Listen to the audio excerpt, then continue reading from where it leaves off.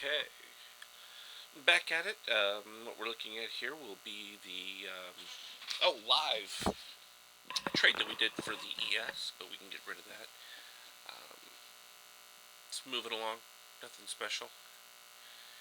And what we wanted to do was start to go through our list of alert stocks from a daily standpoint, so we can get those under the belt. That way, in the future, people can come in and review. Feel free to ask any questions in the little chart. Also, you can go to livestream.com and look for the channel Trade the MBI. And I think that even gives some more options with players. You can enlarge and have it set to the side. So if the view on this is a little too small, or if you don't like having it on your full screen, I think at the livestream.com you can actually make some adjustments, like a split screen, whatever. Well, and modest improvement there from ES standpoint, but this wasn't a surprise. We even talked about this in the last segment about the market retracing a little bit more of the original move, and you're going to get that because of the holiday light, and then you'll get these mad bursts, and it's normal. Um, that's why I think I'll show it real quick before we move on. You have these stops scaled at different price levels, just so that as the market does its little thing, it just continues to collect a little gain here and there. Nothing special. But that's just prudent to take a little bit as it goes. So here we have Netflix, and we're going to go through Netflix, Baidu, Facebook, LVS, WLT. Actually, WLT is not part of the dot alerts, but Win, and MasterCard, Visa, got all of them right here. Let me scroll up to the stop here. Alright, well, Netflix, perfect one to talk about because ended up having nice buy setup with it back over here on the dip below the red line. And you can see these are those green dot buyers, and they look for that immediate move. Kind of a precarious, but look at how oversold that got on the extreme. I mean, that was a negative 83 on the differential. I always tell people at negative 86, um, that's almost an automatic buy. And so it becomes very attractive at those particular points. We did PCLN in the last one, but I can go ahead and put the daily back up for PCLN in just a little bit. And it was interesting because as we got the buy signals here, came across, hit the target, but then it hits the target and forms a red dot. Now, red dot in the green trend, what's the first thing you want to think of? Well, you want to discount.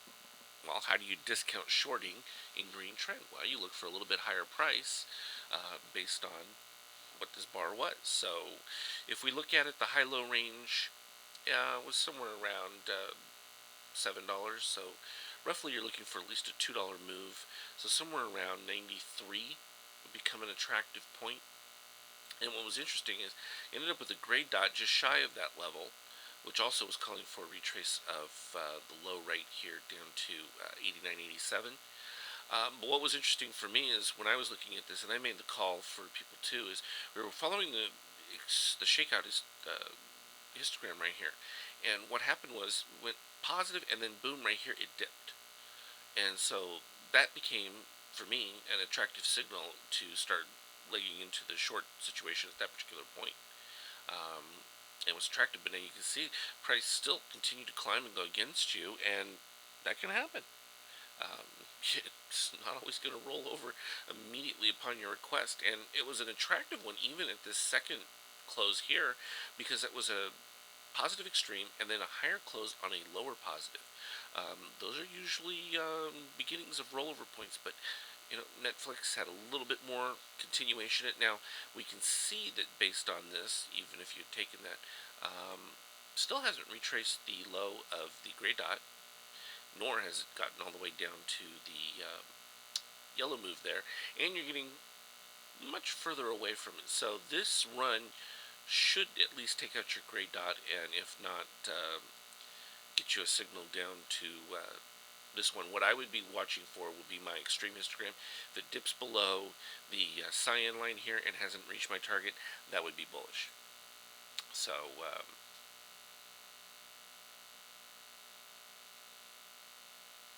Jack is going off the cliff.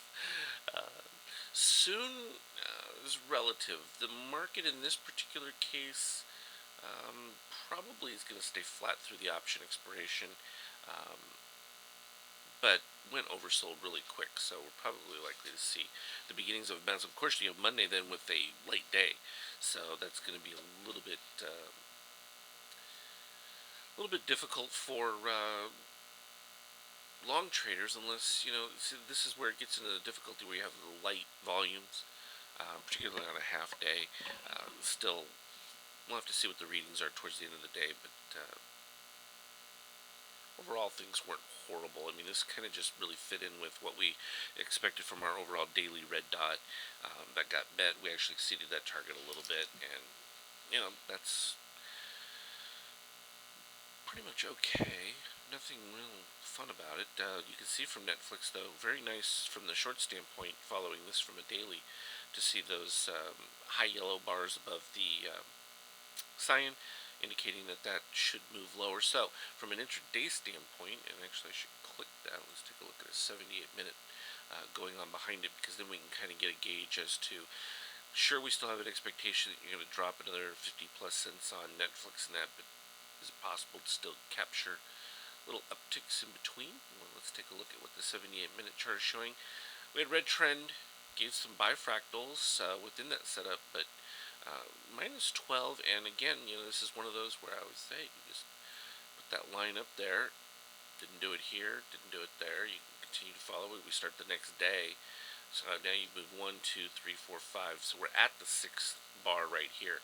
So if you don't get your turnaround right here, and now you're able to capture the low at 92.50 range, you don't pop up above that, I would suspect that we're going to see the continuation of lower, and you would have to wait for another signal on Netflix to get you excited about trading with. So, between that, Amazon, you've got a couple that aren't as good. Google was fine. If we look at MasterCard, it retraced the low off of its gray dot. Now, is it a coincidence that we're seeing all of these gray dots at the same time? No, this is what happens. I'll be in to do run-throughs for a variety of stocks, and then all of a sudden we get, I'll be on the Dow and I'll get 18 or 20 buy signals, and boom. It's just one of those things where they come in kind of, you'll get a buy program series that sets up, whether it's, large hedge funds, whatever. Don't know. Doesn't matter. Uh-oh, order filled. Oh, yeah, well, there you go. And see, this is why I love to watch the futures, because I can get an early read. Usually this will trigger before you get your move in the overall stocks. So that'll continue to do its thing. Fine. So we'll say an Apple was about to pop there. Very possible. We can go ahead and click a real quick 10-minute of Apple while we're looking at the MasterCard. So MasterCard popped a little bit there. You can see, though, that the nice thing about MasterCard's situation is had the highs right here, new highs, matching shakeout. And I would not have a problem with saying that this is going to stay long, except for the fact now we moved to a lower shakeout and it's not at a higher level. So you should get much more of a retrace out of the setup. What's interesting when you look at the overall, though, no dips below the red line. I mean, when you talk about selling, not a whole lot of sellers within any of these setups, because you've never dipped below the red line except for this one exacerbated drop down here, and you can see the number of green dot buyers who just bought that whole setup all the way through, because they saw that as an attractive level to hold on to it. And sure enough, next time it even dipped, perfect right there. I love this classic one, because when you get these kind of more stable stocks, they tend to give you these nice reads where you'll dip below the blue line, come right back up, great buy signal, and you just run with it from there. Let's see, we got some more questions. Okay, here's the Apple 10-minute, and there you go. He was looking at 15, looking from the orange dot, came down, get your fill there, then boom, you get another signal right on the pop. And that's how you get those little turnarounds for the nice little jumps. So yeah, in fact, you called it correctly there, Jack. That was a nice little pop coming off that from the discount. And again, we talked about that when we were looking at it before, following it down. You can see the ES is continuing to make its climb. So, that's all good stuff. Let's go ahead and look at some more. All right, so we just did MA. Let's look at Visa. And what's important about looking at these is to give you an idea, because a lot of you have these dots now for through the end of the year as part of the deal that I offered, and I can imagine you're getting inundated. I was thinking, I was just looking at the overall setup here. How many alerts have gone through? Gosh, almost 130 or 40. That's a staggering number of dot alerts, but this is where you have to be careful. You have to filter the information you're getting. You got to decide, okay, what am I trading? What time frames interest me? How am I going to utilize that from a practical standpoint? And you don't want to get carried away. It's a lot of information when it comes to this. As far as my overall general picture, I'd start to look, like I said, at the ES and then run those setups from there. Let's minimize this. Thing's freaking out on me. Alright. So, Visa. Nice buy signal. Puts in a red dot.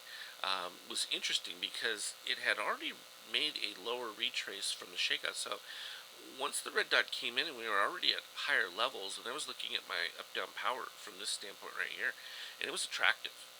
And so, again, you want to be looking for the discount. So it was kind of disappointing when it immediately dropped, but now it's getting to that point where it was attractive on the pop for the discount. And if you look at it right here, the high-low, roughly you can say about $3. So you'd be looking for around a 150, 170 short, and definitely got it on this pop-up right here. So when you get that kind of discount, though, you can see how just going back to the original starting point, it's profitable. So, hold on 1 second.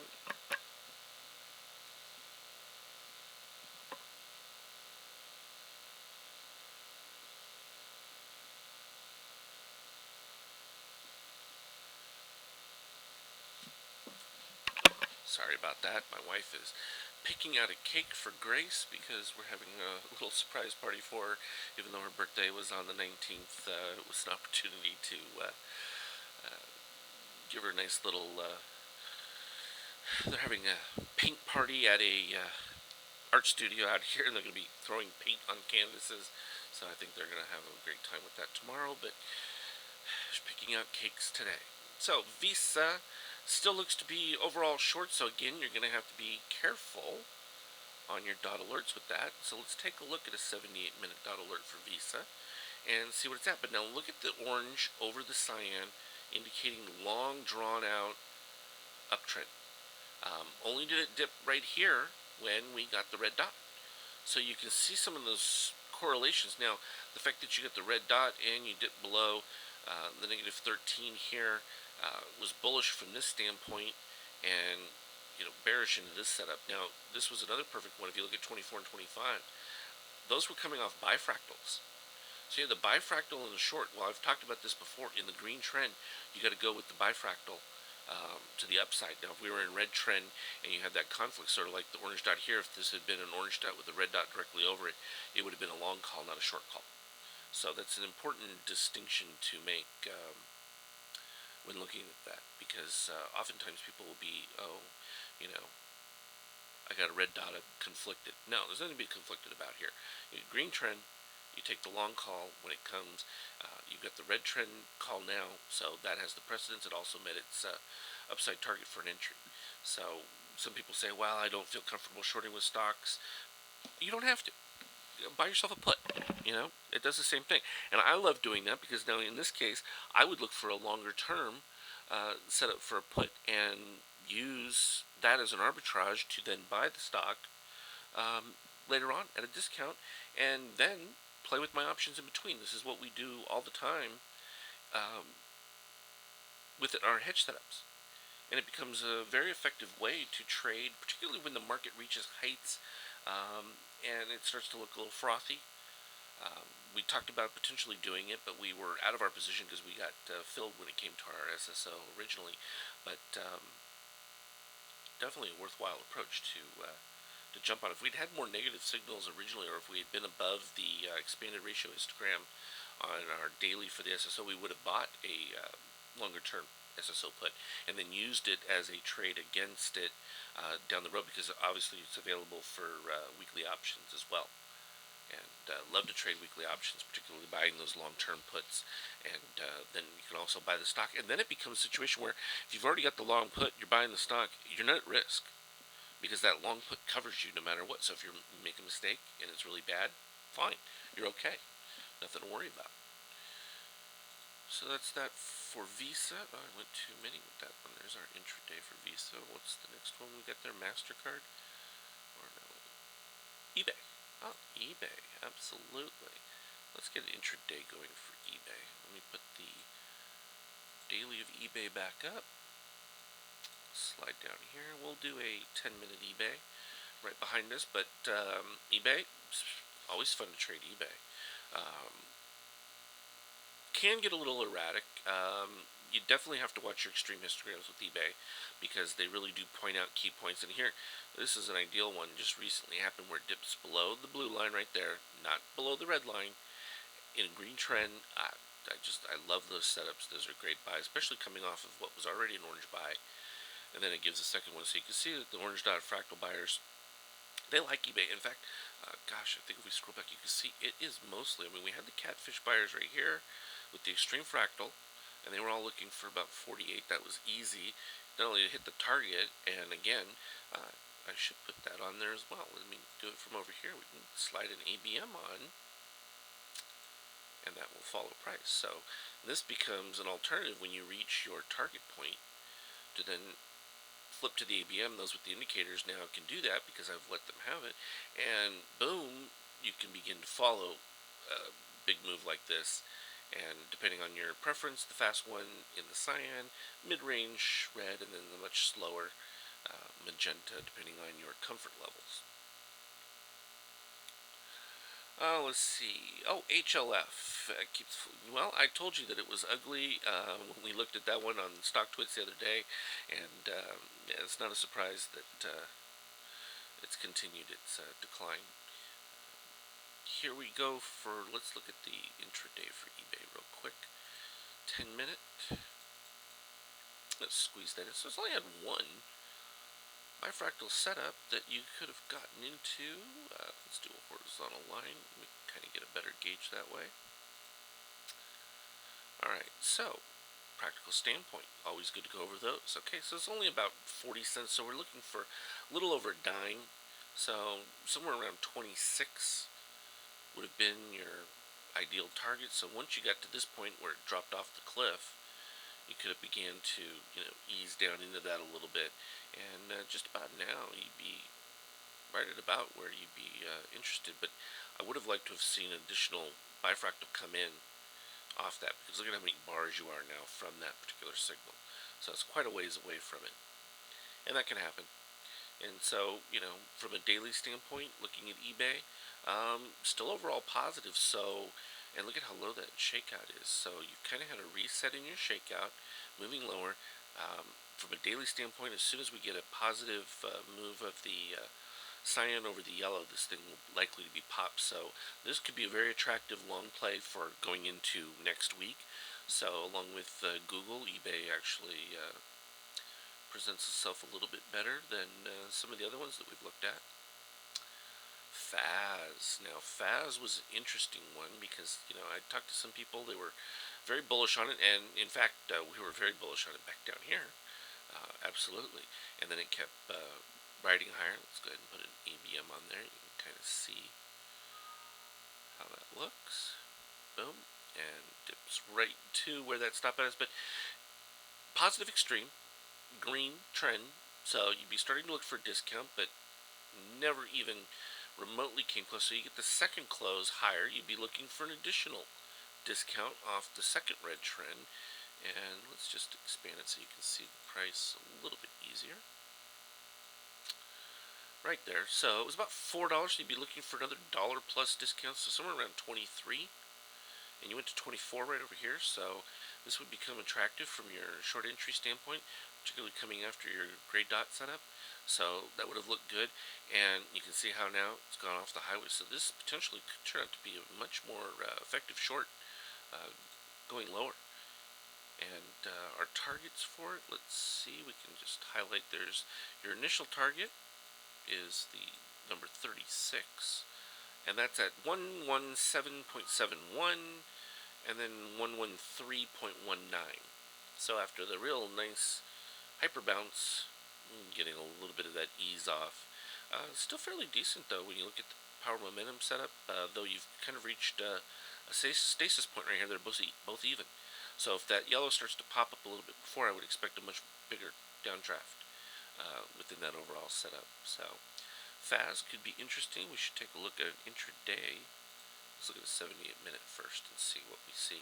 Because sometimes within those 78 minutes, you'll get a green dot buy or some other kind of buy where it looks like you're going to bounce up a little bit for a couple more days before it's going to make that final move, and that can happen. Yeah, see, not a surprise. So we end up with a green dot, retraces there, then you end up with a series of bifractals. So it's just kind of what I was thinking. You might have another opportunity to jump into it from short side a little bit higher up, but in this particular case, this is one of those where you buy your put when it's at the top, and you buy your stock on the little signals going through the week. And you can see there's where the yellow. That's what you would expect to see from the daily. And once it gets started, it's usually about 3 to 4 days where that will take place. From a daily standpoint, once it goes over, more often than not, the low. Usually 3 is about the minimum that you're going to see on that. Well, it's always good to look at that.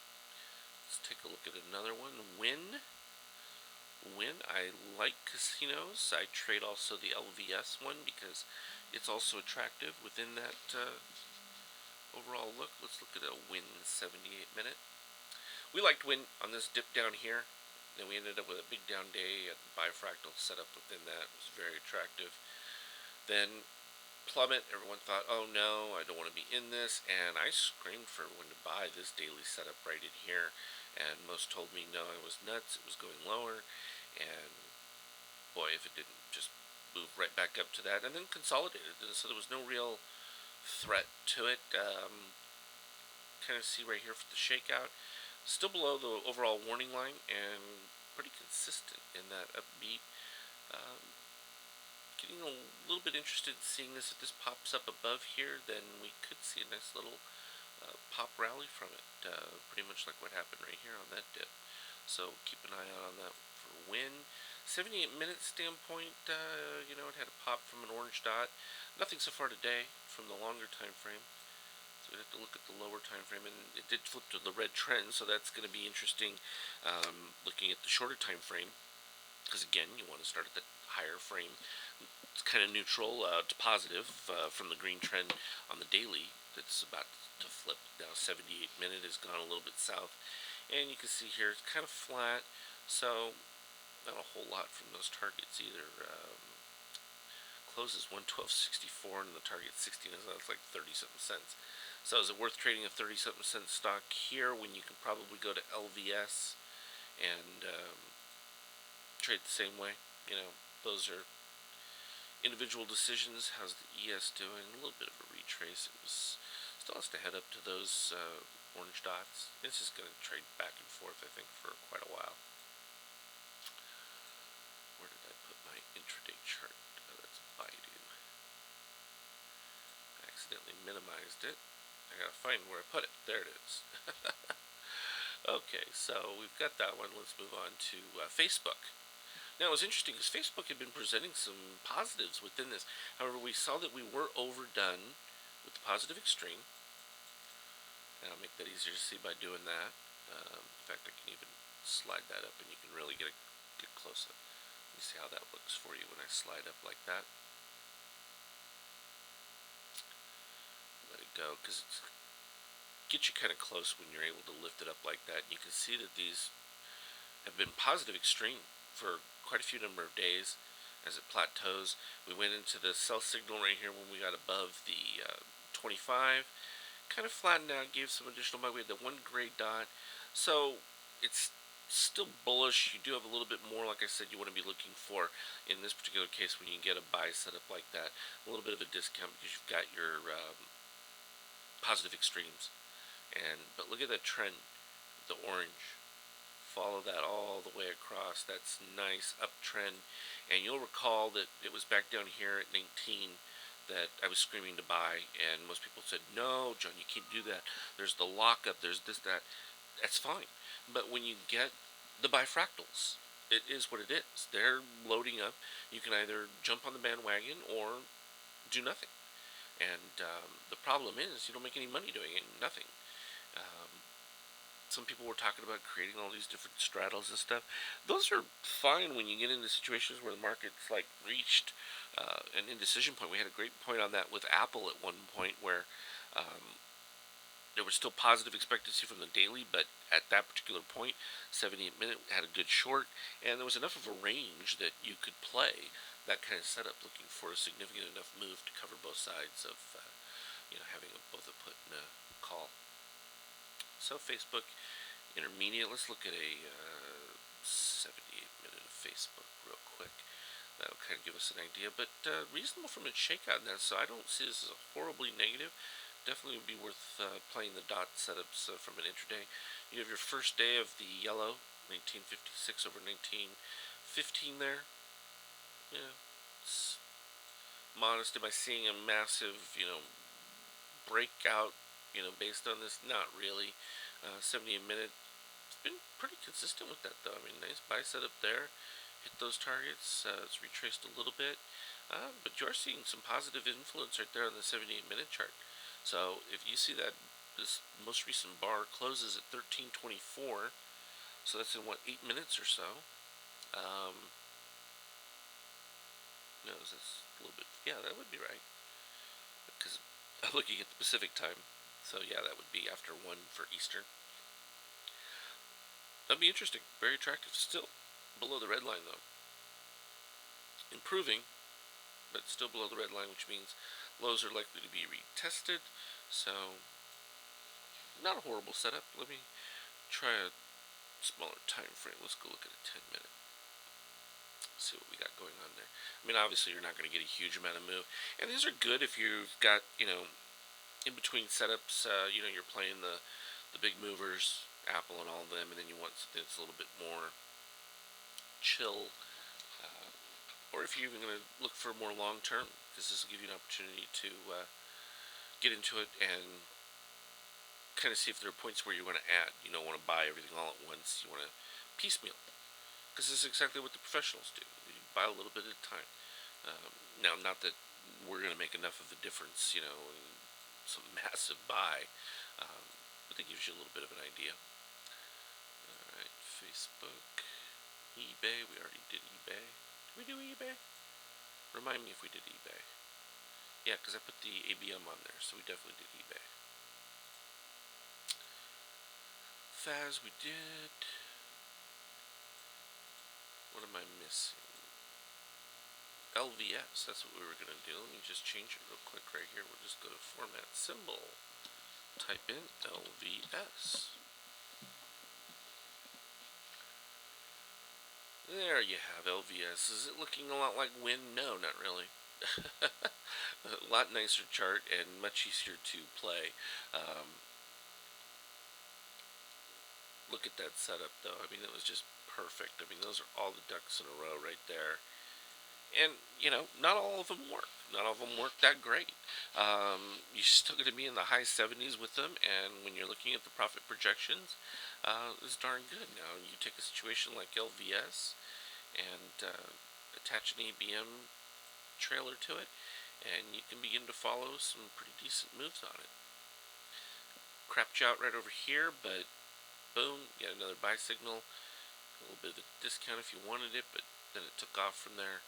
And got a little extreme once we went over the purple line. I would have been scaling out of my long setup there, and then off the highway right here. So this could be a little bit longer downturn. That's not inconsistent with what we just saw in Win. So LVS from an intraday standpoint, let's take a look at a 78-minute chart.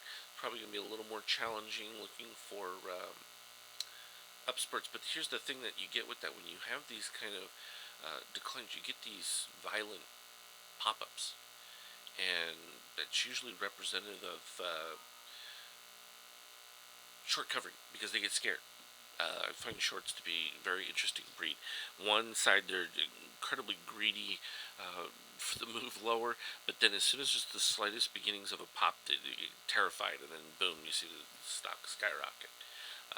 And it's not hard when you have some of these individual ones, because one player who's decided to do a significant amount of shares, that he can kind of really drive it. So it's been pretty negative with that. And again, now this is interesting because didn't we just see this on the last setup we looked at, 78-minute chart? Okay, so all of a sudden we're starting to see uh, the imbalance change. That there are some buyers sucking up the decline here. So is that setting up for a later afternoon rally? It's what it's beginning to look like. Let me take a look at. Baidu from a daily. We'll take a look at that in a second. I was thinking of putting up the ES, and let's look at a little bit bigger time frame. I want to see if that's doing the same thing on a 78-minute chart, because that will give us an early clue about what's going to happen later on today. Because they don't just add it all at once, they do a little bit at a time, and then when they get their signal,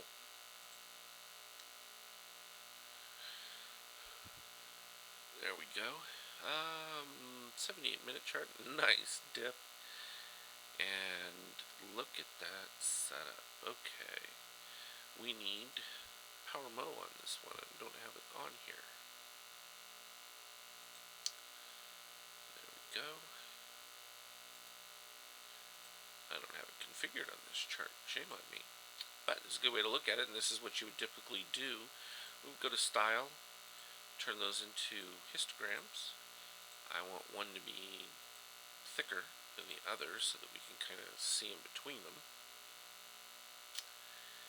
And that should do it. Scaling, no axis, and we're going to put it like in subgraph 14. So there it is, just like that. And then I put my values on over here. So here we go with the ES 78-minute. Now that's been showing improvement for the last 3 bars. So in this whole decline, you've been seeing a much broader accumulation overall. Now, what's interesting about that too is within that, it got overbought right here in red trend very quickly, right at the peak of that 26, and from the green dot here, that was the exact target.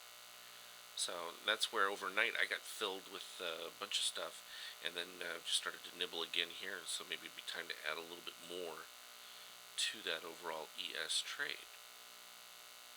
So that looks good from an interesting later in the day kind of up setup. But look at that move way below down here. We would need to see that orange pop up above the cyan to be back online with the ES. So just thought I'd throw that one out there. Let's take a look at Baidu. Chinese internet. It's a good counterplay because sometimes when the market's suffering, this becomes a great little outside the box play, and vice versa. When the market gets strong, sometimes it gets weak, but you really have to follow the indicators on it. And this was a good one because we ended up with this big decline here, and I got very bullish on this setup with the green knot because I was looking at my shakeout continuing to rise along with much lower price. And this becomes just one of those perfect kind of setups. And I'll expand it there a little bit and kind of see that a little bit clearer. At this particular point, it was still minus 20 as far as the ugliness, but okay. So when I got red dot in this particular case and just about to achieve the overbought, I was very curious to see where my shakeout was going and what was happening in my up down power, because if I was seeing yellow as the forerider coming through here, then I would be definitely saying, okay, yeah, I want to jump on the short heart. Didn't see that, so what I did was just started to cover a portion of the trade, and then I went to my ABM for stop following. And price kind of plateaued. I thought, okay, maybe I made a mistake, maybe it's going to turn around. Then we ended up with the gray dot. That usually gets me a little bit more anxious as far as thinking that it's going to fall, and still didn't get any of that from the up down, the power momentum down here. Not until we just turned red right in here. So this became a point where I was like more anxious to just close out the position and look to buy puts at this particular point. And you got a lot of modest decline, not much. And I kind of went over this a little bit on Stock Twits when we were talking about it from a setup that, some people say, oh, well, you had the red dot, why didn't you automatically short that setup? And it's because we're not idiots. We actually can look and see that, we had the move coming off of the strong buy setup. You're going to get continuation. And so I needed to see whether this was going to pop up above and stay above to end the downtrend to be able to maintain the long, but I wasn't seeing this short setup working on that particular setup. I mean, you can see the same thing right here. When we decline this far with the orange, if the orange had stayed inside my highway and I got this signal, oh, I would all over that short without a heart, not even questioning it, because at that point, then I know that we're not looking at a massive influx change, which is what you get when you go off the highway. I mean, this is pretty extreme here. Just to get outside of these normal readings takes a substantial amount of, it's not volume, but trades in order to make that happen. Why are some of the red and green candles open versus shaded? That just has to do with open close for candlestick charting. So in this particular case, the open was higher than the close, so it's dark. And here, the close was higher than the open, so it's an open candle. That's the only difference. Same thing right here. So the open, in this particular case, for the green, as solid, would have been higher at 107, and the close you see is 99. So that makes it a solid. That is how you can read those when you're looking at candlesticks. So the color then just becomes significant for me from a trend standpoint. And I also look at that from practical standpoint too, because I like to look for a series of up bars in red trend as particular interest for exhaustion and looking for overbought. And even though we got the overbought right there, I couldn't get the confirmation for my power most. So when you hear me talk about getting everything in alignment, you can be more cautious about some of these things as opposed to just throwing yourself at it. It becomes one of those where you've got a full disposal. Now, from a dot standpoint, red trend, yeah, more likely than not, someone's just going to take that straight up. Now, I warned everyone not to when that happened for that very particular reason. We went over these details, and so that's why I was more than happy to do that. And with the number of people that are getting dots for the rest of the year, I wanted them to see some of these dailies so you can look and see, okay, I've got certain setups that look more attractive than others. And so, okay, I narrow my focus. I can kind of ignore some of the ones that look more short than long, and or I can be more of an option player with those that I know I have to maybe go a little bit longer term, that I'm not necessarily looking at a 10-minute chart or whatever. But you can see how that works out there with the power momentum. You get the signal right there. We get a GAM, and then it's turn around to the upside for that, and you're starting to see a little bit of a pop. You'll probably see that a little clearer if we flip to a 10-minute, so you don't have to look at a black screen. I'll put the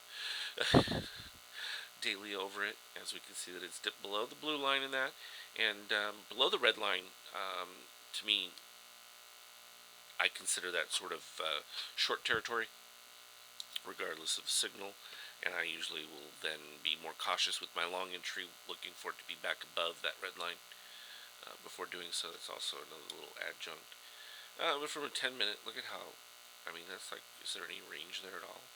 From like 45.90 to 46.50 is the full day range on that. It's hardly much of a movement. Most everything took place on the gap lower, and that was about it. And then you're going to get that. That's part and parcel of what happens on some of these things. Let's look at an interesting one. WLT. We just have my members jump into this with selling a put for both this week and next week. And it looks like we will get put on the one, which is fine, because we could see that it was about to have a retrace. We had sold out of it at the peak, and we ended up with the orange dot, so we wanted to turn around and sell puts, and then Today, I said on a lower one, we want to sell next week's for around the 34 strike. Should be pretty good. But you can see now we're into the third day of the yellow over the cyan. So I would look to start to see this relationship change a little bit and turn around. Now, when you're looking at like doing a weekly option or whatever, you kind of have to do a little bit of an anticipation. I didn't want to buy this orange dot right out, particularly coming off of our high move as well as seeing the market short signal. So you can see how that interplay of understanding that the market was likely to have a retrace, that I didn't want to chase people's exuberance. Now you probably get, let's do one of these. You get the Fibonacci traders. They'll want to draw their Fibonacci line. So let's do that, because while you can't utilize a Fibonacci to predict that price is going to either support or jump off of it, they become interesting confluences because people do use them. And in this particular case, very popular maneuver for institutional guys, because they just like to keep it simple and they're not worried about exact numbers. They'll take their Fibonacci, they'll look for a 50% retrace of a current move as an attractive buy point. And so that's one of those areas where I'm going to be looking to see if we stay above the red line, because we've dipped below the cyan here on WLT. That would become a very attractive bounce point. And if you're not already in something like this, from like getting put to shares, you won't get it because the thing can gap $3 and then move another 5 during the day. Some of these moves are extreme. I mean, what was this one right here? Yeah, it was a good $3 just on that little one candle there. I think it was about the same here. Yeah, $3. So that's just because it's so low. I mean, used to trade this in the 120 ranges, so it's changed quite a bit. Its companion, which we had sold calls on, was CLF. No, not the same, but similar effect.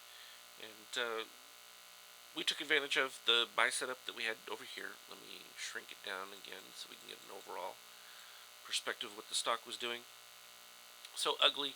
We took around selling puts right in here, and then we got quite a few shares, and then we started selling calls as soon as we started getting into the upper frothiness. Particularly right here was our most recent sale.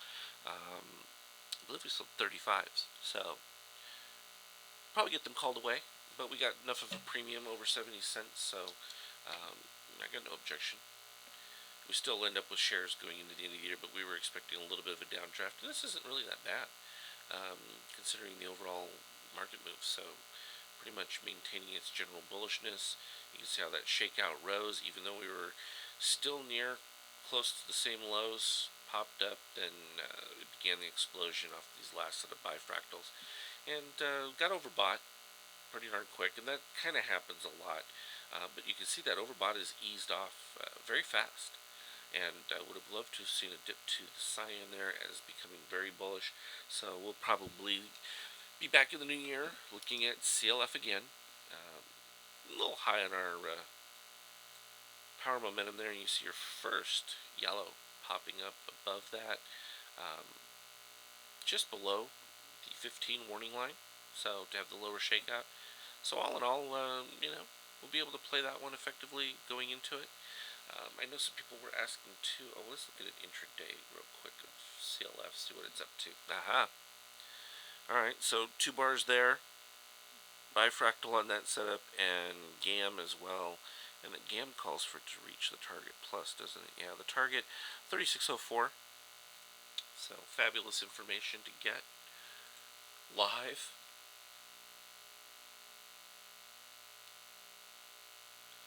Yeah, there were a lot of unmet bifractals. I can go over those. So we had a lot of these coming in here, and we were selling puts in between there in the red trend. We also understood, though, that when these bifractals came, we had the dip here below the red line, so we kept expecting that low. This one became attractive, and we really expected this bifractal setup to work. And then we started moving along in days, and we got no action on it. And so we started to sell calls into that one, and then when we dipped again, we still weren't seeing either very negative shakeout readings. So this is clearly one of those that just did not work out. And that happens. So that's a good one to point out. They're not all going to be uh, super duper. And but we didn't do anything with that setup, and nor did we sell out of it because we were holding this as a long-term play in our portfolio, and so we were fully prepared to continue to sell calls and to continue to reduce our cost basis because we always buy at the discount by our selling of puts and that. And so in plenty of these cases, we did the same thing with X. I can put X up there too because we had X earlier in the year. Real dog force. We took an early play expecting that maybe there was going to be some improvement in the economy, and fine, we went ahead and jumped on it, and oh gosh, it dropped 20+% from right up here in the 28 range down below 20. And I told everyone not to panic on it, that it would take a little bit of time, but that we would end up, and I think we ended up exceeding a 25-30% return on our X shares because we kept doing it, and we went and bought heavily right down in here in this particular dip, particularly when we were making lower low on a higher extreme, and we had quite a few number of shares. And then as it popped, we started selling into it, and bought a put up here at the 23, and then it declined, and we would then use that to counter and buy the stock down below as a hedge. And then we ended up getting out of the put setup there because we were expecting a nice up move, and so we've done very nicely. But it's a good point because not all of them, like on CLF, when you get these dramatic movers, particularly a low volume kind of stock setup, you have to be prepared to employ more than just one technique uh, to manage some of these setups. Now, obviously, for someone who wants to just maintain tight controls on the various things, yeah, you'd have to take your loss on that one. And fortunately, it provided a buy signal shortly thereafter. Not a problem if you're prepared to stick with it. The difficulty I see with people is they'll try something for just a little bit, and if it's not an immediate success, they just stop. And when we're looking at some of these, I mean, charting on these and statistics, that they're spanning a decade, and some people are looking at it from a 2 week standpoint. Well, you can't do that. You got to look at it from a much broader perspective. So it was good to point that one out. This one showed it interesting. This had a halibut. You can see that right down at the bottom of the green, called a halibut. Not part of the dot alerts because it typically comes in a little bit higher. This is one where after you've got your catfish, which is looking for bottoms, and the extreme fractal, then you get a catfish a little bit higher up, and that lets you know that there's still accumulation within a move that looks like it's stalled, and it really hasn't stalled. They're just accumulating for the next pop, and that's what we saw coming into here. We sold 24 calls on X, and yeah, we did good with that because it looks like we'll still keep those remainder of those shares, and got paid to do it. So that's all fun. We should double check to see how our futures. Oh, this is moving nicely. So got that entry down there. This one will sell out at 23, and then another one up at 25, and then it'll hold on to the remainder of those. So always fun to have that. Which bifractal dots have the highest success rate? Your best success rate comes from your catfish because it typically is catching the bottom. That comes in around 78%. Then your next target level in between there would be your green dot. The difficulty with the green dot is if you don't have the expanded ratio histogram, you can actually avoid a few bad setups and improve the win rate, which is around 70%, but the profit factors on all of them are over 1.9. So that means you're getting almost twice as much money in profits as you are in loss. And the reason being is that the target upside is 1.236 times the ATR, whereas the stop is only 2. So you're not losing twice as much as you're getting in profit. And that's why I tell people you can't sell early, because if you sell early, even if you're winning at 70%, you're not going to make any money. So you got to respect those. That's where buying the discount really becomes huge because if you utilize buying the discount in the red trend, you can turn that 1.9 profit factor into a 3.5 very quickly. Particularly if you follow some of those in red trend down lower, and or don't even get into those trades because you've decided to trail it lower overall. And so it was interesting looking at that 78-minute signal, suggesting that we would end up with a little bit of a pop here coming forward. And so this gives you an idea of how these indicators are not lagging. They're not predicting either. What they're showing you is what these guys have already done, and they're doing it very quietly behind the scenes so that it makes it very hard to see it. And that's why I have to present it in those histogram modes, and that's why you see some of those odd numbers. Why is it always like a negative 60 in those things? Because by the time you multiply all these things, and that's in most cases multiplied by a factor of at least 1,000 just to get it up to those numbers. Otherwise, it would be these tremendously tiny fractions. They're like 0.00000, and then you start getting a series of numbers after that. And so that was the best I could do to modify them. That's why I was saying to a lot of people, when you look at these, that extreme histogram is not supposed to go positive. And so what it does, it just represents this huge wave. And so, you'll hear about Elliott wave and some of these other things. The problem that they've got with some of those is they mischaracterize necessarily what a wave looks like. And you know what? I might as well go to my dot fractal pictures and let's take a look at what I'm talking about that, because it's interesting. Let me see. I have the file. Oh, here it is. Water ripples. And I like to show this one. Let me pop it up. Oh yeah, there you go. The order filling. Oh no, I opened it with Photoshop. I shouldn't have done that. I'll have to close that. It takes up too much space. Anyway, let me bring my lovely little example.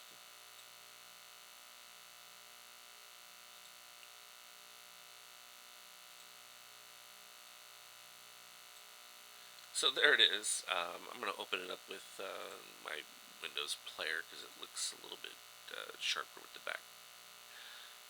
background. Open with HP Windows Photo. There we go. That's not the one I want. Alright. You get me past the stocks, and then I move into a new degree of competence here. Bear with me. One moment. And of course that goes to the full screen. Alright, we need to zoom that up. There we go. Alright, so here's what I'm talking about. Water drop comes in, boom, dips down, and then you get this huge explosion of energy and the momentum going higher. That's what is reflected in the positive extreme histogram reading. So when you see my charts coming down the road in the future, you look for that kind of parabolic move. And then what will happen is, a lot of times, it just collapses down. Now, it's how this next setup goes, where it dips back down, and how much of a cavity it forms becomes interesting. Now, these are just a bunch of the ones that I used for .info. So, different concept. Let me show a different one right here. I can bring my player back up and scroll through and I'll find it real fast. You can enjoy the ES trade going back and forth. Alright, well this one, I'll expand it a little bit. Different kind, you can see that creates an impact, and then boom, comes back down. And now, I know you're thinking, okay, well this is just a water drop, it doesn't mean anything. Well, it's a similar kind of concept as to what's taking place and how people are reacting to the overall setup. I did it again. Oh my goodness. Click the stupid Photoshop. I'm going to have to change that as a delete default. But this is the one I was talking about right here. It forms, booms, comes back, and you'll get this nice crest wave. And this is a lot of times where people are just getting their buy signals from MACD and that, right at this crest. and then it rolls over, and then down at this trough, usually we're below our red line, and that's where we get our next setup. Now, that can either go flat or it can pop back up again. So it becomes one of those where you then have to just trail your readings very carefully to get the best view of it. All right, so we've watched well, a good 15 contracts get traded out, and we had 25. So that was just because we could see that we were starting to get that buildup of momentum from that 78-minute chart, and so it's good for an understanding kind of standpoint as to how what you're doing is you're not predicting anything with these indicators. It's not what their function is. What they're showing you is what somebody has already done. And all you're doing is saying, okay, I'm seeing it before my moving averages in that, because this is raw data that's coming through, and you're picking it up before the laggers of moving averages give you confirmation. So where I'm reacting long before most people are even willing to take a trade. And they're looking at it from their indicators thinking, okay, I'm still in a short mode, or I'm still in a buy mode for my moving averages, and I'm getting ready to short. And this is why you find me at odds a lot of times with various people on stock twits. And it's not that I'm against them or anything. I'm just saying what I'm looking at is giving me a different perspective of something that's already taken place. I'm not projecting it. I'm showing you that we can see that from a red dot standpoint, there have already been sellers into that setup as it's developing. And it's not a pretend thing, it's actually happening. And so as you're seeing that take place, you have to take note and say, okay, fine. I see that these people bought down like we did on the bifractals down here for our catfish and that, and we've already seen a huge ride over a good significant period of time. So we're taking profits. Is that a bad thing? No, but it's at a point where we know we're getting liquidity because we get this huge increase in the extreme histogram where all these orders are buying it. Well, this is how these people can sell into that liquidity without being seen.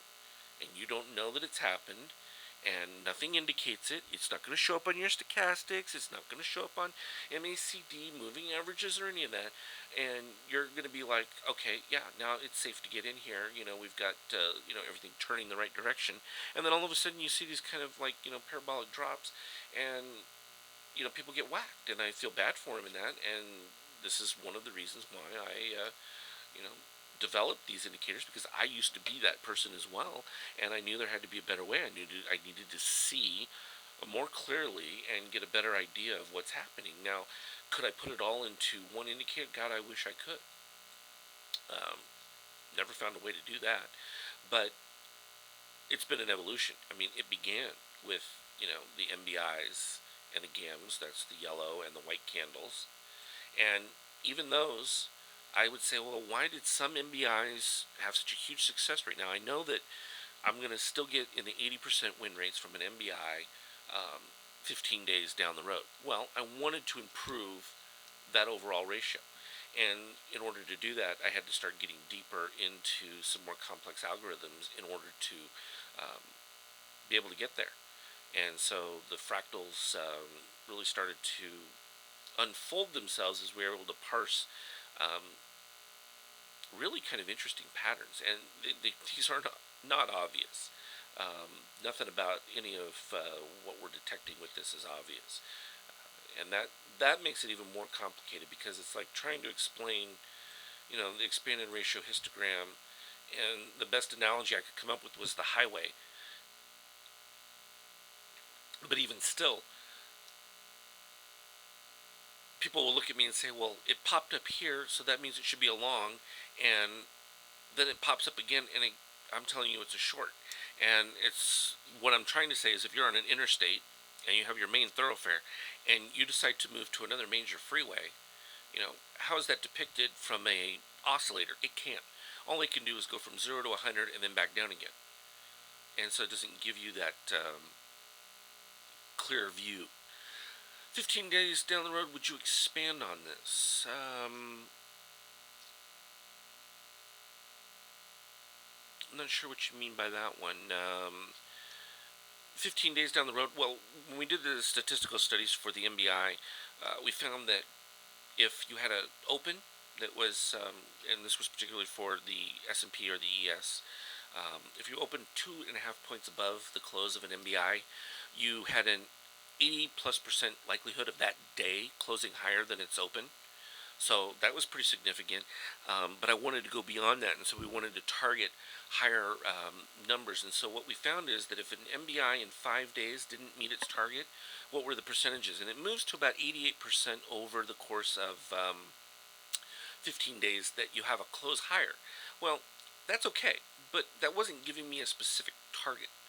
And that's where having the bifractals with both where the dot is the stop, and the target up above, it defines it. It makes it clear for everybody to see. There's no guessing. I'm not saying to you, oh, maybe, it could go this way, it could go that way. No, it's definitive. You don't find me saying, well, but maybe.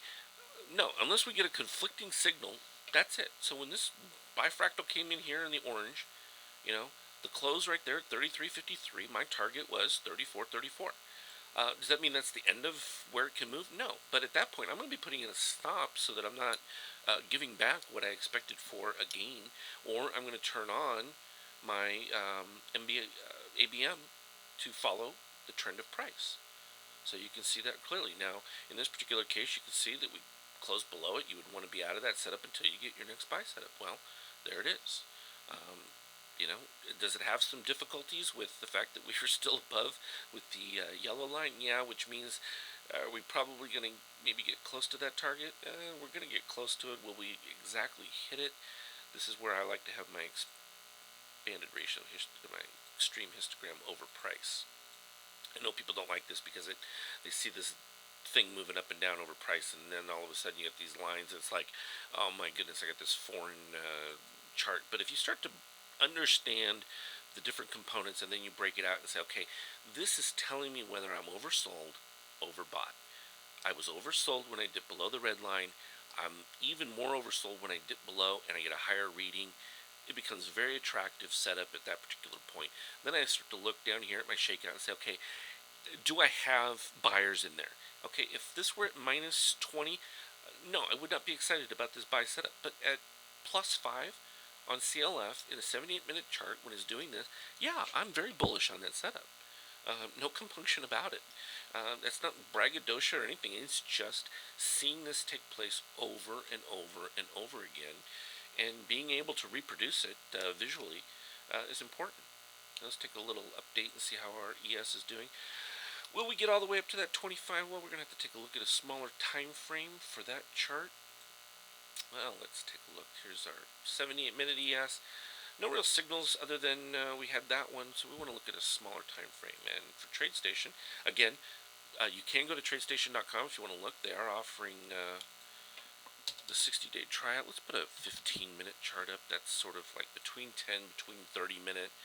Actually give us an idea. Let's see, we're moving into the 11 o'clock hour here on the West Coast. So a couple hours left. Yeah, 15-minute will be good. Get an idea that way. Again, should have left the daily up there for you instead of having to look at a blank screen. So I'll make some circles.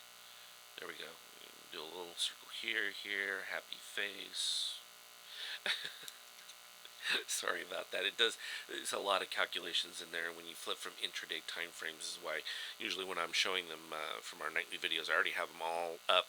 I'll have 80 or 90 charts compiled together. I see the questions I have to answer in just 1 second. When this finishes, it won't let me out until it's calculated all these. And when you're talking about a smaller time frame, I mean the calculations are staggering. I mean your processor, you really, I always recommend those who have the indicators that are getting them each month to have a really good processor, because you start running a couple hundred charts with these setups in it, and not only am I running that, I'm running this HD cam. I'm also running the alerts, which are going through my server here to send out the alerts on a regular basis. Using up quite a bit of machine, and the ES is good. Now, it's interesting. I'm putting up a 15-minute on the ES. Normally, when I'm trading the ES and or futures, I'm doing it with tick charts. So just thought I'd throw that one out there. Here was our radar screen. This was where we were going through all the stocks, and again, you can click these because they're linked. So you see the matching colors mean I'm linking both the stock and the interval. If I took off the interval and you just clicked it, it would just transfer the stock. And that's convenient from a TradeStation standpoint. Then some people ask me, well, once you get these in there, do you have to put the indicators in every chart? No.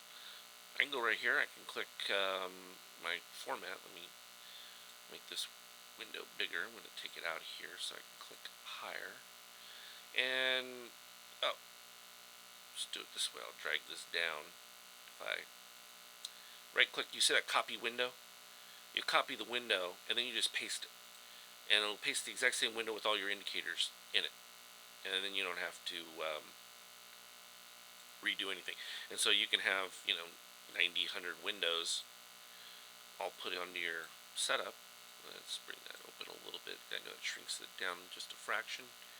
What were we showing? We were looking for the ES. Where'd my chart go? I had my chart and I lost it. Is it hiding behind there? There's the ES 15 minute. It was hiding. Voila. Okay. So, we were buying heavy right in here. This was when we did the last one. And went ahead and bought this setup. Didn't have any compunction about it. Looking for the targets that were right up here. Haven't gotten to the full ones.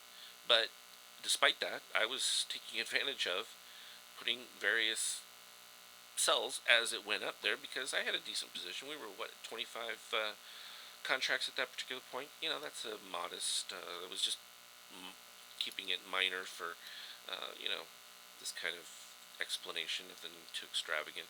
But you can see when we look at these, the interplay between the various ones. Let me get that extreme back up there on overpriced because it's good to see that in the relationship to price. And this is another one that I've pointed out. I've gone through here before and turned off price. You don't need price to see where price is going to head. So if I go to format ES, we'll go to our properties. So here's where it lets us pick the color. So we'll go black for all of these. Okay, and so what that's going to do is that's going to remove price. So you don't see other people doing this with their regular charts, and you'll see it's disappeared right here. But you're saying, okay, well, why do I see that? Well, this is the trend model. So this is the paint bar that I use to paint my individual candlesticks. It could be bar chart, doesn't make any difference. Various colors. So I can right click that and you'll see the new trend model and I just disable it. Boom. Price is gone. So what am I left with here? Okay, I got a couple of dots. I get some lines up here. How the heck do you know what's going on? Well, take a look at this. I know I'm oversold right here. I don't need price to show me that. I know that I'm overbought right there. I don't need price to show me that.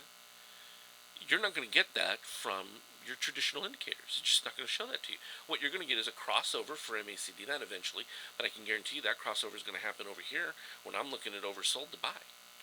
And then I'm also getting these bifractals. Now, I also see that I got a little overbought in this particular setup, but I'm then scrolling down to my power momentum down here, and I'm seeing that, ooh, we had a significant amount of buyers jump into that overall, and if this starts to build some momentum the upside from a 15-minute standpoint, that looks fairly decent. So let's put up and see what price is doing.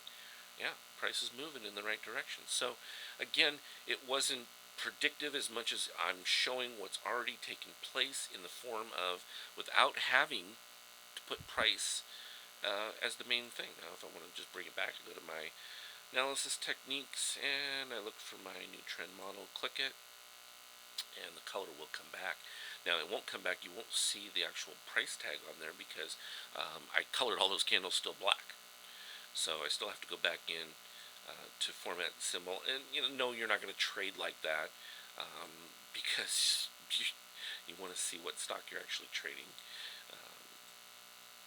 And then this will turn everything. So now this is just going to turn the candles white. Now if I slide that up there, you can see it. So this is telling me what it's going to look like from a high-low close. You see the dark ones mean that the open was higher than the close right down there, And if we were outside the regular session, they would be green in color. And you can change your session. For TradeStation will allow you to have going all the way through. So you can have multiple extended periods of time. So here was the target initially from this orange dot that we bought. You watched me do that live on the setup. And we came back. It was upside down, I think, or flat. And went ahead and bought even some more just for the fun of it to show that there was no worry about getting to that overall target when we were looking at our higher overalls. We should put in here the shakeout. Don't have that on here. Shakeout. Voila. Let it calculate in there. And so if you've got any questions about the indicators, now's a good time to ask them, because it's a great opportunity to kind of go over them. So interesting, from the shakeout, you can see how ugly we got down here, not too far back on a 15-minute, and that's impacting the scaling on this, because you can see these blue lines. Some people have asked me, oh, what are these yellow and blue lines? They become a interesting relationship derivative of the actual histogram. The best way to do it is, I look for, like in this case, the histogram. Let me really just get zoomed in on this real fast here so that you can get a super clear idea of what that is. Where this yellow line is coming across, we had the histogram above it. Once the histogram dipped below, it was a clear signal that you were going to see a lot more decay. And particularly then, I looked for the crossover right here as a point where I should be starting to get to oversold. And in fact, it corresponds nicely with the extreme histogram right here, dipping not to the red line but close to it. This little range right here, where you see on charts that I have, where you have this cyan and the red on this extreme histogram, whether it's on the chart with price or not, pay attention to it when you see me put charts up, because when you're caught in this range right here, it's an enormously bullish setup. And it's usually at a point where most people think that the floor is about to break out, that new lows are about to come, and they're shocked when all of a sudden price reverses. And it's that shock that's happening to your traditional indicator buyers, that they've shorted the setup, and then they're forced to cover. And that's where you get these big spikes. It doesn't usually last very long, but oftentimes you can carry it all the way through to your target, and it becomes powerful. Take a little drink in my last cafe here. So we're getting dangerously close to the up target. And let's get the exact number so that I gotta expand the screen for you in order to do that, right?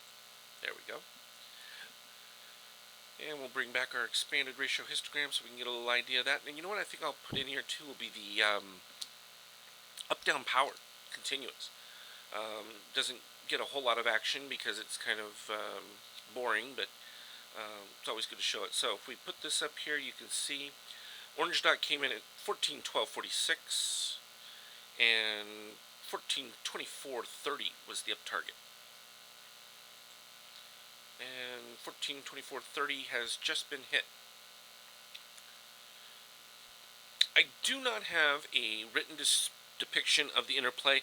This is why I've put them on YouTube in that, because this is a discussion I've had with my wife for some time, because, I mean, do I really want to write a, 1,200-page book on how, oh my goodness, we did get filled.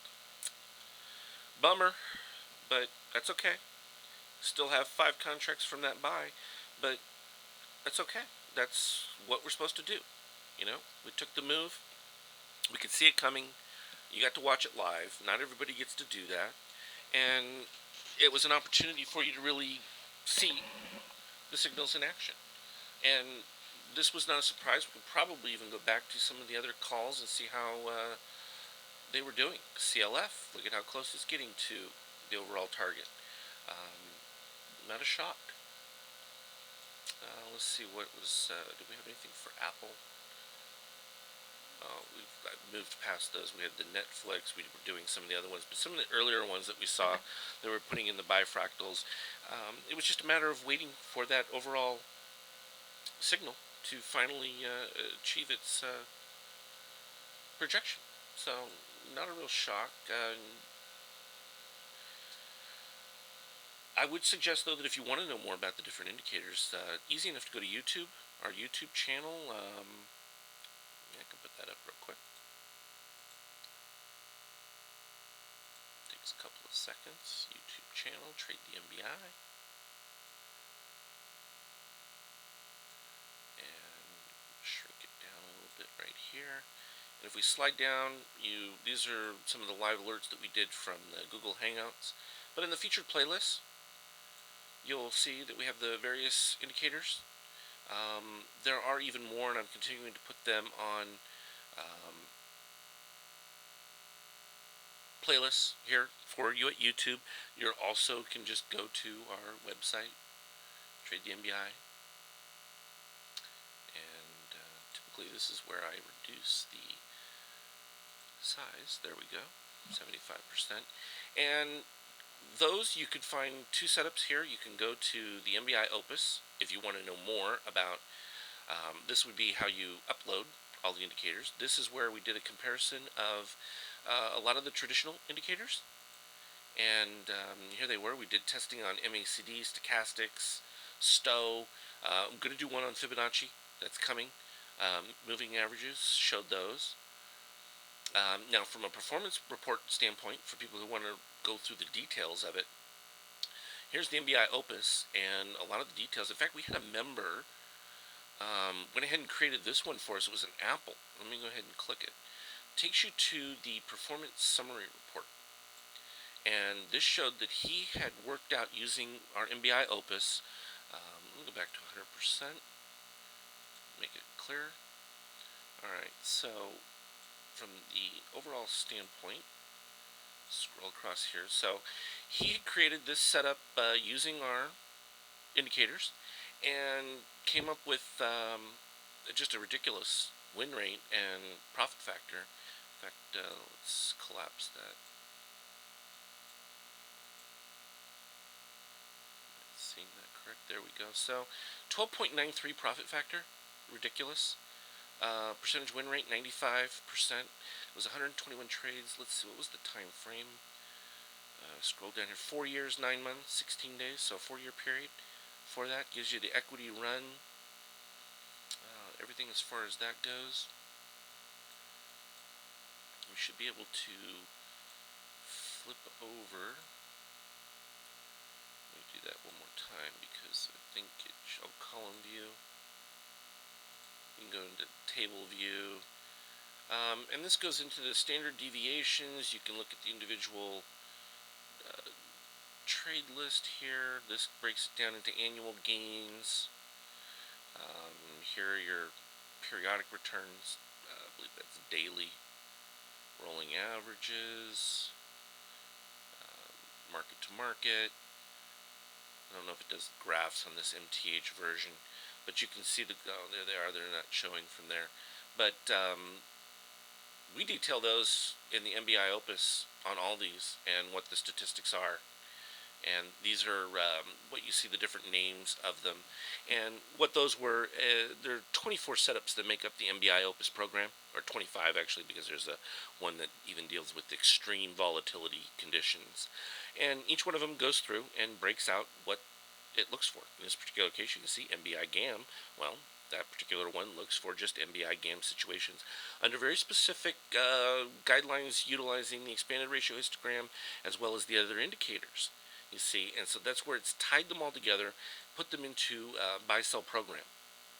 And so that gives you a complete view of what they are. So let me put up, now that we've hit that target, we'll go to Apple real quick and see what's going on there. We weren't expecting a whole lot with Apple, so we said that we wanted to be cautious, but not afraid. And those are two very different things. Interesting. You see, you hit the bifractal, and look at that on the ES. It immediately retraces. You will see that an awful lot, because these guys, when they hit their target, that's what they're in for. They're in for their target. And someone will say, well, why did you sell? Well, it hit the target.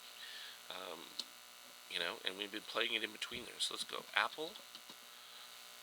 And again, if you're interested in these indicators, there's just a ton of resources. And even for those who have TradeStation, I've offered them to people to try out for a week or so to see how you like it for yourself. It takes time to get the understanding, but then when you start to put these charts together and you start looking at them, you begin to literally see the market and the moves because you can see the setup, and you're no longer having to wait, um, you know, for various crossover here and that. I'm working my computer really hard today. All right, so here was Apple 15 minute. Had the buy set up right here. Okay, 235, fine. Dip down, easy to take advantage of that. Then you ended up with a red dot short. So these were live dots that these actually went out. In fact, let's take a look because we have our I have my server set up right here. I have to look at the timestamp on that because again, this will be East Coast versus. So then you had this buy signal that was coming at the same time we were looking at the positive readings for the overall market. But again, we knew that Apple is facing a little bit more of a downwind compared to a couple of the other stocks we've looked at. So is it going to reach that target? A little bit tougher sell on there to get it up. So you have to be a little more cautious with this kind of play. Does that mean that you can get out of your target earlier? No, it means that you really want to be looking for that discount more, so that when you do get the pop, you're able to move your stop up closer to your break even once it begins to make a move. Because unfortunately, with the negative readings that we see from Apple from the longer span in the negative 20s for that shakeout, you don't have a whole lot of support underneath any of these kind of moves. And I know that's not what people want to hear. This is what we get from our alert setup, and any one of these alerts will come through. So the FAS had alerts, and so it'll give them the orange dot setup. I'll slide that through here and we can kind of take a look at it. Expand it a little bit, gives the time, what the alert was for. So here was an Apple one. There was the orange dot. Came through 513.79. So that's what it looked like. Now, see, this is what I'm limited to as to what it can give me. It just is going to give me an alert at the price close. So what I had to do is include the language on how you would calculate for your ATR stop, that kind of overall setup. And we have the stream histogram. Let's put price back on here. So 514.99. So from your discount, and let's go over it real quick again, how you would do your discount. It was $1.70. So that's about 30% of that, 60 cents is all you'd be looking for. So again, when you see just that small range, you're not looking for a huge, some people say to me, oh, well, if I get a dot, I want to get at least, $4 or what. Well, yeah, fine. We could have got that a day or two ago when the ATR was higher, but not now. The ranges aren't supporting that kind of move. And you have to adapt to that. If you don't adapt to it, you're going to get swallowed over. You can have your expectation of what the market should do, but at the end of the day, these defined setups give us what we have to accept. And there are plenty of times where I'd love to tell you, oh yeah, these are all going to go great. I'll see people, they'll want to buy the, dot targets, and they'll only get an Apple 10-minute. And as much as that's like, I just feel bad for them in a way because you really need a little bit broader picture. Or, I don't know that you don't have, additional indicators that you're looking at that you can utilize along with it.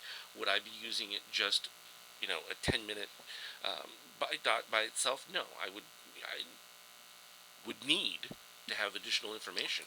So whether if I have the whole compilation of dots, and I've often recommended to people, I also want to have like the SPY along with it too, because giving myself that overall market view in combination with the buy dots is where it's at. And that's why I wanted to go over this, because in the special offer I gave out where people now have all of our dot alerts for the remainder of the year at that special price, you're going to be getting inundated. I mean, you saw how many signals just came through on that overall setup. I think we've had now, in excess of 170 signals so far today have come through. So all those people that got the buy dots for the remainder of the year and have all of them, you've gotten 170 alerts, and that doesn't include trend changes. That's just basic alerts. And if you're online and you did not receive that, you can always go to our .alert page at TradeTheMBI.com and just fill in one of the submissions and just put in the comments you'd like the special, and that was for the remainder of the year to have all of the dots, all time frames. So for the next 6+ days, you're going to be getting inundated with 300 plus. But that's why I wanted to do this approach. It's more intended for those who have the dots already, because they're going to want to know what these daily projections are and utilize them within what they're seeing from the dots. And now when you get a situation like TradeStation now offering 60 days free, and you know that I'm willing to, let you try out the indicators for, 10 days or so, it's worth taking a look at if it's something that, you find interesting and or willing to look at. Not everyone's comfortable with changing platforms, but again, we have some members who don't trade through it. They just have it for the indicators. I prefer the trading setup. I mean, it's nice. I mean, you can, in this particular case, I have my order. I can go off of the primary. I have it at 12 units, which is just 12 ticks up and down. And the reason being is that I can go and find this. There's my sell. I can just move it, and it'll come down. So if I wanted to get out of this position as it is, I could slide this back down to where price is, a little bit at a time. And so that's where it is. And so I can just move this up and down. If I wanted to buy, let's see if we got a setup.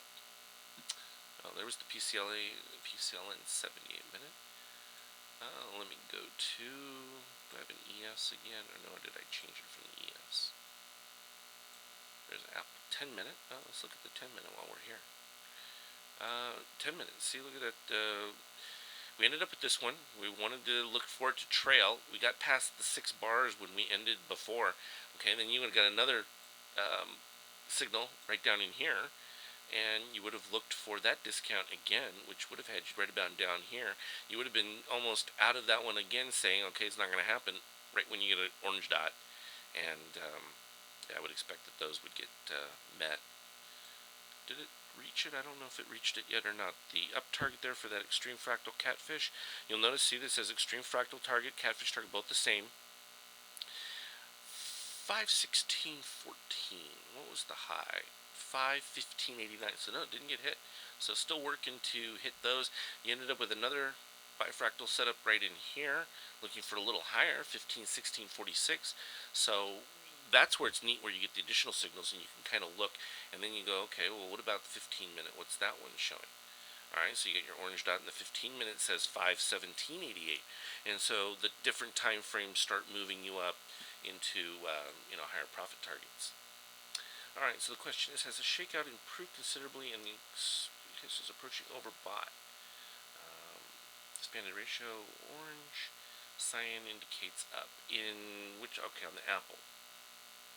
Yeah, well, the Apple shakeout has improved incredibly on the shorter time frames. Absolutely has. The 7-8 minute wasn't looking so attractive from its overall standpoint, nor was the daily. Oversold, in the context of oversold, we really usually look to the extreme histogram. I don't look at the shakeout as oversold, because I look at it as, is there buying interest when I look at the shakeout. At -4, that's pretty much flat. It's sort of a neutral week is what I would refer to, because it's below the positive. Below -12 is where you would be a little more concerned on any time frame. But the smaller the time frame, usually you have to expect that you're going to get deeper moves lower in the readings. Like, if I get a -23 on Apple from a 15-minute chart, not a big deal. That's kind of a significant move. But if I see a -23 on Apple like we have now on a daily, that's ugly. That is a wholesale, just abject flee from the stock. So, it's relative. When I get to -12 on Apple and I'm starting to see a nice rise in my shakeout in that, I know that there's a significant amount of money applying into this. So even if price is dipping, I'm looking at a much longer term thought process, because then I'm saying, okay, these guys are acquiring for a much bigger move. Right now, they're just in a hit and run kind of setup at this minus 20 something. Um, and you really can't rely on it to be, I know we have the upside daily for Apple that was in the 555 category. And let me put up a daily. We'll go ahead and flip it to Apple real quick, and I'll show that because um, those bifractals came in, and some people were like, well, 555 by the end of the week. No, no, that's not what that means. The bifractal came in here. We had the original ones right there. Their targets got hit to the upside, and that was fine, even from the discount that they got. You ended up with a little bit of a pop. But this one right here was projecting 561. Actually, the upside. We had the previous one right here, 555. And I'm like, but here's your problem. You've dipped below the red line, so while we may get a pop, it could follow through to the 555, but we still know that we're likely to retest the lows. The key is we want to retest the lows, though, on a higher extreme that's not below the red line. And unfortunately, we hit the lows and ended up with a dip below the red line again. And I can show it right here, the differential minus 61. So what did that tell me? Oh, unfortunately, we're going to hit a new low. Now, I wanted this one to be above 60 when it closed on the higher MBI. Now, you had the power of the MBI looking for a higher close, so we were able to ride that one for that Friday options when I was buying here and suggesting that we were likely to see our good pop because we had already run our power momentum, had 3 days down. So I was looking for a pop into the week. But was I going to hold on to it for a long period of time? No, because I'm still looking for this low to be retested and on a higher extreme histogram. Now, it is looking more attractive when you look at this extreme histogram. It's at minus 47. I'm in that sweet zone right here. Now, if I get a little bit of a dip, and typically what I'd be looking for is this open right here, and that open was right around 508, 509. So again, we're getting back to that same area where I was very attracted and I was very adamant on the StockTwits about this range between that 5.5, 5.10 right here that looked very good going into this setup over the weekend. And we got the pop, but you can see the pop came up and we got way into the higher levels. It wasn't overbought as much as just it really wasn't attractive from the middle time frame, 78 in that. It didn't really work out well. And now we're approaching that same area. So is there potential for a little bit more of a decline in Apple overall? Yeah. Am I still going to be willing to play 5 and 10 minute charts? Sure. Is it a little tougher playing a 78-minute chart in this particular case? I think so. I think you have to be a little bit shorter time-minded right now on Apple, given the fact that you're seeing the potential for this daily weakness. And then when we look at our, intermediate time frames, you can see that they're hard pressed to make this tiny move. It just shows that there's just a lot of weakness. Now, you're not seeing that when we look at, our Google setups and things like that. They've responded much better. Another one that needed a little retracing was like the PCLN. Same kind of concepts. So, overall, right in line with our general expectations. I know I had some people on StockTwits commenting to me. I hadn't even looked at what that was.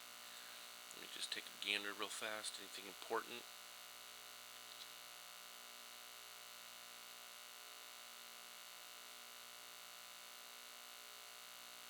Oh, someone missed out on getting the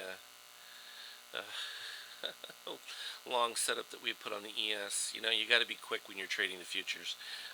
It goes fast. If you're not lightning, this is why I put a lot of the orders in ahead of time on the move down. And with the automation, it helps a lot because you don't have to worry about like the automation we were showing here with the PCLN. So it makes a couple of good trades. We can look at what those numbers were on it. Let me expand it just a little bit. Okay. So that one, 621 went short, 618. It's not a big deal. A little over $1 on that one, no big thrill. So, but that's what it does. It just takes little nibbles, and that's all it needs to do. And this PCLN one, I don't think is that awesome. It's okay. Collapse that. 69% win rate. That's not killing it, but what's killing it is the profit factor. And when you're making twice as much money as you're losing, you're making money. So you don't need to win every single one. And it's just okay. I love it when people come up and point out anyone that's a loser. Fine, you know, they're gonna happen. Um, but you're gonna get far fewer of them when, like, we're looking at red trend and we're not jumping on it. We're looking for a discount, getting it down here, for our buck lower or whatever on Apple. And then when you get the ride, if you want to set your break even after 4 bars and you haven't reached your target, there's nothing wrong with doing that. I mean, I think that's prudent. That's smart trading. And it could turn out to be a loss. You may end up having it turn out to be where you get stopped out and it moves back up. That's going to happen. But when you know you're going to get repeated signals that are going to have a high degree of success, you're not anxious to make a trade. You don't have to. And this is one of the reasons why I wanted to offer the dot alerts for the remainder of the year, so that you don't feel like there's this compulsion where you have to make every trade immediately. If the market is showing weakness, and like I mentioned to members the other night, that we would likely retest where the lows were for the day, it was no surprise as we moved down. Well, once we got back down there, then yeah, okay, I got attracted to the setup. And then when we started just looking at these live, changing on our power momentum and that, we could see that there were buyers buying into that setup. Well, it was worth a good 6-7 points. So there was nothing wrong with taking it. Did it finish out the overall position? No. We have met our downside target. Do I have an upside buy yet for the ES overall? Don't know. Let me go take a look. That's the easiest way to do it. So we're just going to go, we'll do at ES instead of doing the actual ESH. It's ESH 13 is what that symbol actually is for the trade. And, it's important too if we go ahead and look at again at the daily. Let me go ahead and click that for a daily signal. I have to wait for that 10 minutes. It takes a little while for those calculations to be read. But I hope that the visual on the extreme histogram is a little easier, because you're going to see that on most charts I put up, and that's going to give you a real quick glimpse as to whether or not you know something is oversold or overbought. Secondary to look at will be the trend color. If you're going to see red versus the green, fine. And then, you get a little more nuance where you start looking at the shakeout. It's like, okay, I'm seeing an attractive setup that might be oversold. Let me look at my shakeout. Is it really, a higher reading at the same kind of lows? If that's the case, then you got to be saying to yourself, okay, I looked at his chart and wow, I don't even have to have his indicators or whatever. I can see that setup developing. And it becomes a unique way to trade. It's a little bit different than most people are prepared for. Not everybody's going to be okay with it. Particularly in forums like Stock Twits, you're always going to have people that have a set way. I'm not tied to stocks one direction or another. It doesn't make any difference to me whether it's going up or down. Have I created more of a long bias with the dots? Absolutely. Because there's a general long bias with the market overall. Over time, though, this is where I utilize the automated setups to play an arbitrage. Plus, as part of our overall daily setup, we have the trend trade model in that, which trades daily for people, the ES, if you don't want to actually, um, you know, make the trade yourself. So we'll go to daily, put at ES, because the other one was doing an intraday, so this one will pop up quick. So here's what we saw from a daily standpoint.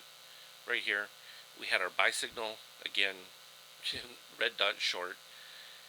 Didn't quite dip to it. We ended up with the gray dot. The gray dot suggested we would retouch the low. It did do that, but then we popped up that day, which was fine because we were getting 78-minute readings that were positive, so there was no surprise with that. And now we fulfilled it and dipped below the red line. So you went green trend, oversold. Yeah, that's actually maybe another day or two. What I'm probably going to have us do from our member standpoint, and you'll get a heads up on this one, we're going to be looking to sell puts. I know some people are, you out of your mind. No, we're going to be selling puts to acquire SSO shares. We sold them for these last 2 days. And are we going to put the shares? God, I would hope so. Not looking good, though. We have to go below 60 to get there, and we're at 60.49 right now. So that's not looking like that's going to happen. But here we go. Let me get rid of my ABM so we can see the extreme histogram. So with positive extreme, but critical aspect here, and this is another little nuance, going from red trend to green trend. When we go to green trend and you get a positive extreme, this is that think of the dot of the water drop and the explosion to the upside, and that's exactly what these candles. Now, I count 5 bars after this positive extreme before I start to say, okay, yeah, I'm in an overbought kind of setup. But what you can see here is 1, 2, 3, 4, 5. We're in the 5th bar, and you can see that we've retraced. So this is an easing of overbought. So oftentimes you'll see, I'll put up a chart and I'll say, oh, we were overbought, but the overbought's easing because of the extreme histogram. And people will be like, I don't have anything about that. What are you talking about? Well, okay, if we had, particularly in green trend, reached down here, I would have said overbought is gone, we're oversold. And you'll hear me say that, we're oversold, and you'll look at your price, and your price will be like barely have dipped, or maybe even just dipped back down to this low, because with a positive extreme, that's about what you expect as a return to the low of the bar that took place. So at that particular point, I'll be saying it's oversold and time to buy, and people will be like, I don't understand, that doesn't make any sense. And it's just a configuration of what we're seeing is they've allowed price to basically just fall of its own weight, and then they start acquiring on that dip, and you don't see it. And I used to get fooled constantly on this particular setup because, you'd come up, it'd be a lower high. You're looking at that, lower high. It's not making as higher readings and everything, and you think that you've got, a perfect setup for short. You go ahead to short, and all of a sudden, right where you shorted, it turns around and makes a new high. And I used to have that happen to me a lot, and I began to realize, okay, I need to find out what that setup is so that I can counter it. And right now, we've pretty much gotten to a point where we can see those overall setups fairly clear. So nothing to do right yet with this. I'm going to go ahead and close it out. We'll probably do another little one, see if we get a little bit of a retrace, we'll probably add into this setup. That'd be kind of fun to do. We had this was a modest day. We did light 25 contracts. It was nothing special. So pretty easy overall. Nothing too complicated. And it was nice because we were able to do it all right in front of everyone. So always good to do that, and always good to give you the techniques and show you how easy it is to use the trade station as well. So not everyone gets to see that. But think about it. If you have any other questions in the afternoon, I'll probably go over viewers' choices. So if you've got some selections, you want to leave them in the dialog box, do that. I'll put up the charts, and then you can be the director for the last few minutes going into next week if you want to look at some dailies or intraday specify. And we'll take a look at some of your preferences. As always, though, trade well.